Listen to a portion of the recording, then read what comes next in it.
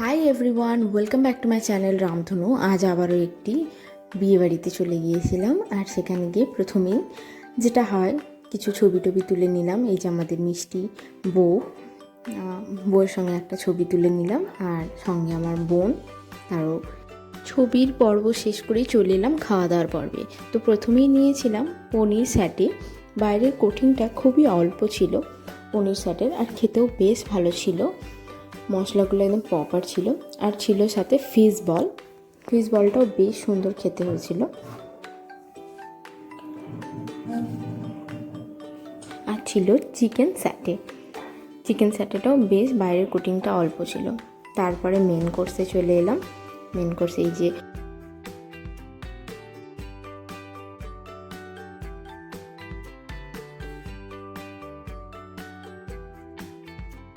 তুমি চলে এলে এরকম মোগলাই, আর তার সঙ্গে আলু কষা।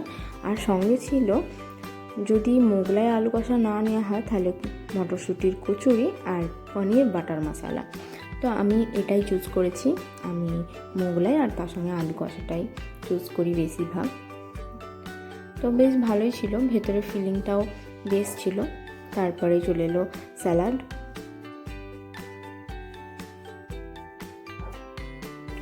আর স্যালাডের পরে ছিল ফিশ কবিরাজি, আর না হলে পনির পাসান্দা। যদি ফিশ কবিরাজি নেওয়া হয় তাহলে পনির পাসান্দার আর প্রয়োজন নেই। তো আমি ফিশ কবিরাজিটাই বেশি পছন্দ করি। আমার ফিশ কবিরাজি ভালো লাগে, কারণ ভেটকি মাছের এটাই আমার সব থেকে ভালো লাগে। আর ভেটকি মাছের ফিলেটাও একদম প্রপার ছিল, পুরো মোটা একটা লেয়ার ছিল ভেতরে, গরম গরম, জাস্ট অসাধারণ। আপনাদের কার কেমন ভালো লাগে বলবেন, পনির পাসান্দা নাকি ফিশ কবিরাজি। তারপরেই চলে এলো খুশকা পোলাও। এতেও অপশান ছিল, খুশকা পোলাও না লাগলে সাদা ভাত আছে, তার সঙ্গে চিকেন কষা বা ফিশ কারি বা মটন কষা। তো আমি খুশকা পোলাও আর তার সঙ্গে মাটন কষা নিয়ে নিয়েছি। আমার একদম ফেভারিট মাটন, আর মাটনটা একদম খুব সুন্দর জুসি ছিল, আর ওয়েল কুক ছিল। একদম গরম গরম মটন কষা, তার সঙ্গে খুশকা পোলাও, জাস্ট জমে গেছে।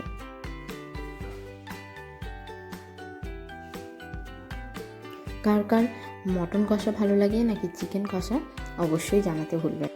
মেটে, আমার মাটনের মেটে খুব ভীষণ পছন্দের, আর মাটনটাও খুব সুন্দর রান্না হয়েছিল, আমার তো বেশ ভালো লেগেছে।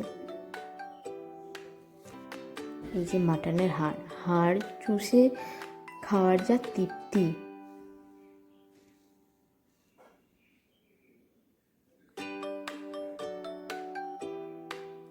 আমি আবারও একটু খুচকা পোলাও নিয়েছিলাম, আর নিয়েছিলাম ওর সঙ্গে আবারও একটু মাটন, কারণ আমার বেশ ভালো লেগেছে।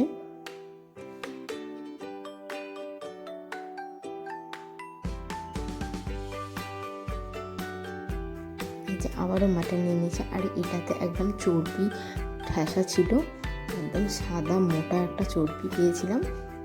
আমার মাটনের পিস, তারপরে হচ্ছে চর্বি, মেটে, এগুলো ভীষণ পছন্দের। তো এগুলো একদম সব কটাই পেয়ে গেছি।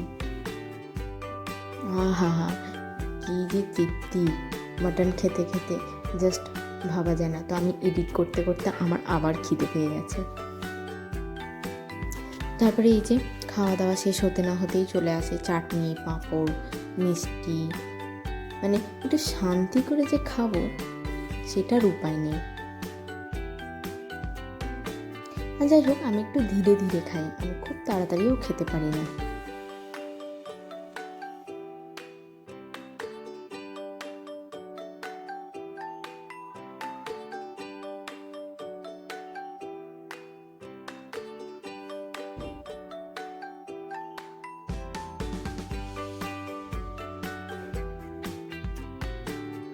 তারপরে এই যে চাটনি, পাঁপড়, রসগোল্লা, ছিল সন্দেশ।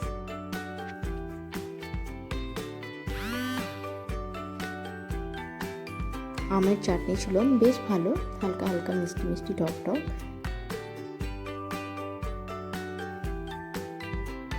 আর একটা ছিল বড় সাইজের রসগোল্লা, একেবারে তো গালের মধ্যে পড়া যাবে না, অসম্ভব, তাই কেটে খেতে হয়েছে। আর এটা ছিল একটা সন্দেশ, ভেতরটা রসগোল্লা, উপরটা একটা হালকা লেয়ার ছিল মিষ্টি, আর আম মিষ্টি মানে আম আইসক্রিম ছিল, আর সঙ্গে ছিল এমনি নর্মাল একটা আইসক্রিম। দুটো আইসক্রিমই খুব সুন্দর।